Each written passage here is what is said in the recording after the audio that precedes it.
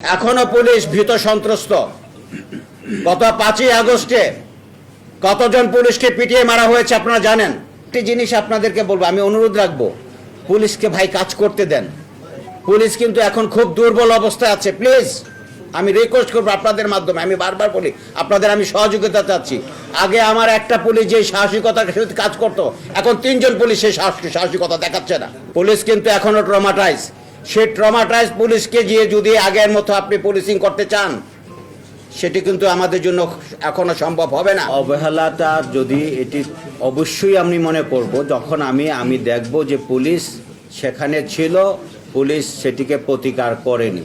পুলিশের অবশ্যই অবহেলা থাকতে পারে, আমারও অবহেলা থাকতে পারে।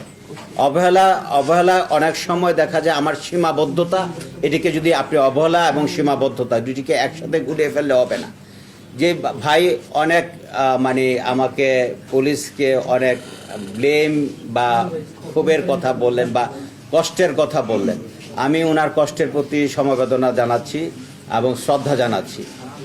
বিষয়টি হলো যে আমার কাছে আপনি যদি ফোনটা দেখেন, আননোন নাম্বার থেকে প্রতি মিনিটে 5টা ফোন আসে, এখনও বাজছে। এই ফোন যদি আমি অ্যাটেন্ড করি, আপনারাই বলেন আমি কাজটা করব কোথায়?